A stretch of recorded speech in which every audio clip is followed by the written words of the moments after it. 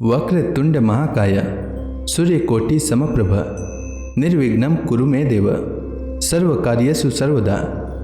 श्री गणेशाय नमः। आज भाद्रपद महीने के शुक्ल पक्ष की गणेश चतुर्थी है। गणेश चतुर्थी के दिन गणेश चतुर्थी व्रत कथा अवश्य सुनना चाहिए। इससे गणेश भगवान की कृपा सदैव बनी रहती है। तो आइए सुनते हैं गणेश चतुर्थी व्रत कथा। प्राचीन समय की बात है। भगवान शिव और माता पार्वती नर्मदा नदी के किनारे बैठे थे। वहां माता पार्वती ने भगवान शिव से समय व्यतीत करने के लिए चौपड़ खेलने को कहा। भगवान शिव चौपड़ खेलने के लिए तैयार हो गए, परंतु इस खेल में हार जीत का फैसला कौन करेगा, यह प्रश्न उनके समक्ष उठा। तो भगवान शिव ने कुछ तिनके एकत्रित कर उसका एक पुतला बनाकर उसकी प्राण प्रतिष्ठा कर दी और पुतले से कहा, बेटा हम चौपड़ खेलना चाहते हैं, परंतु हमारी हार जीत का फैसला करने वाला कोई नहीं है, इसलिए तुम बताना कि हम दोनों में से कौन हारा और कौन जीता। उसके बाद भगवान शिव और माता पार्वती का चौपड़ खेल शुरू हो गया। यह खेल 3 बार खेला गया और संयोग से तीनों बार माता पार्वती ही जीत गईं। खेल समाप्त होने के बाद बालक से हार जीत का फैसला करने के लिए कहा गया, तो उस बालक ने महादेव को विजयी बताया।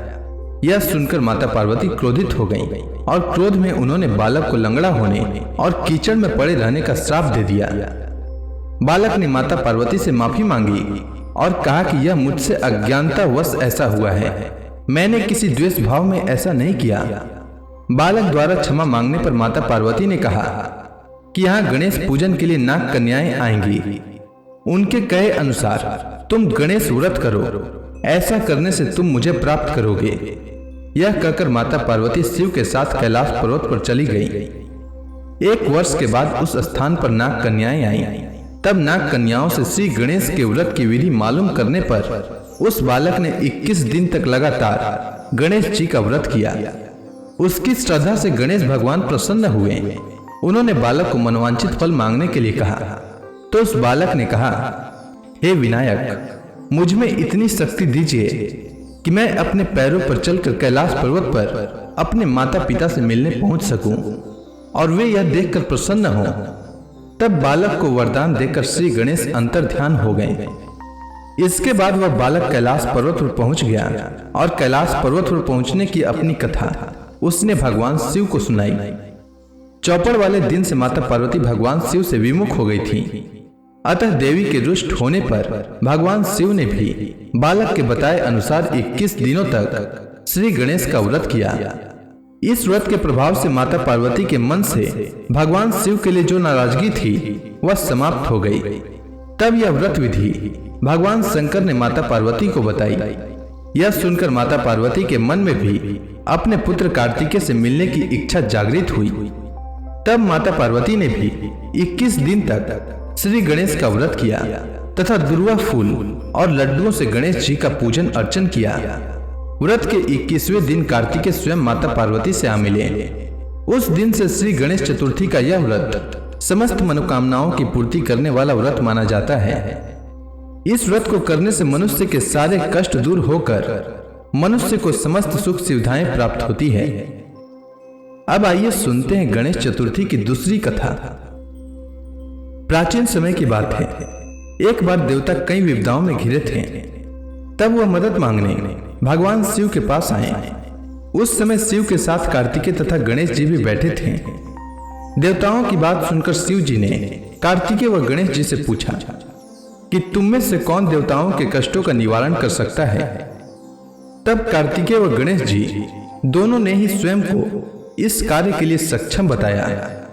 इस पर भगवान शिव ने दोनों की परीक्षा लेते हुए कहा कि तुम दोनों में से जो सबसे पहले पृथ्वी की परिक्रमा करके आएगा वही देवताओं की मदद करने जाएगा। भगवान शिव के मुख से यह वचन सुनते ही कार्तिकेय अपने वाहन मोर पर बैठकर पृथ्वी की परिक्रमा के लिए निकल गए, परंतु गणेश जी सोच में पड़ गए कि वह चूहे के ऊपर चढ़कर सारी पृथ्वी की परिक्रमा करेंगे तो इस कार्य में उन्हें बहुत समय लग जाएगा। तभी उन्हें एक उपाय सूझा। गणेश अपने स्थान से उठे और अपने माता पिता की 7 बार परिक्रमा करके वापस बैठ गए। परिक्रमा करके लौटने पर कार्तिकेय स्वयं को विजेता बताने लगे। तब शिव जी ने श्री गणेश जी से पृथ्वी की परिक्रमा न करने का कारण पूछा। तब गणेश भगवान ने कहा, माता पिता के चरणों में ही समस्त लोक है। यह सुनकर भगवान शिव ने गणेश जी को देवताओं के संकट दूर करने की आज्ञा दी। इस प्रकार भगवान शिव ने गणेश जी को आशीर्वाद दिया कि चतुर्थी के दिन जो तुम्हारा पूजन करेगा उसके सभी मनोकामनाएं पूरी होंगी। इस व्रत को करने से व्रतधारी के सभी तरह के दुख दूर होंगे और उसे जीवन के भौतिक सुखों की प्राप्ति होगी। चारों तरफ से मनुष्य की सुख समृद्धि बढ़ेगी, पुत्र पौत्र आदि और धन ऐश्वर्य की कमी नहीं रहेगी। इसीलिए मनुष्यों को गणेश चतुर्थी का व्रत अवश्य करना चाहिए। अब आइए सुनते हैं गणेश चतुर्थी की तीसरी कथा। प्राचीन समय की बात है। राजा हरिश्चंद्र के राज्य में एक कुम्हार था। वह मिट्टी के बर्तन बनाता, लेकिन वे कच्चे रह जाते थे। एक पुजारी की सलाह पर उसने इस समस्या को दूर करने के लिए एक छोटे बालक को मिट्टी के बर्तनों के साथ आंवा में डाल दिया। उस दिन गणेश चतुर्थी का दिन था। उस बच्चे की मां अपने बेटे के लिए परेशान थी। उसने गणेश जी से बेटे की कुशलता के लिए प्रार्थना की। दूसरे दिन जब कुम्हार ने सुबह उठकर देखा तो आंवा में उसके बर्तन तो पक गए थे, लेकिन बच्चे का बाल बांका भी नहीं हुआ था। वह डर गया और राजा के दरबार में जाकर सारी घटना बताई। इसके बाद राजा ने उस बच्चे और उसकी मां को बुलाया तो मां ने सभी तरह के विघ्न को दूर करने वाली गणेश चतुर्थी का वर्णन किया। इस घटना के बाद से महिलाएं संतान और परिवार के सौभाग्य के लिए गणेश चतुर्थी का व्रत करने लगी।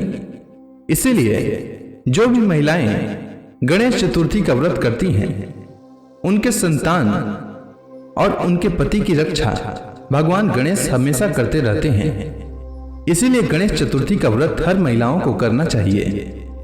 साथ ही यह कथा भी सुनना चाहिए। इस कथा को सुनने मात्र से गणेश चतुर्थी व्रत का पूरा फल प्राप्त हो जाता है और सुनने वालों की हर मनोकामना पूरी होती है।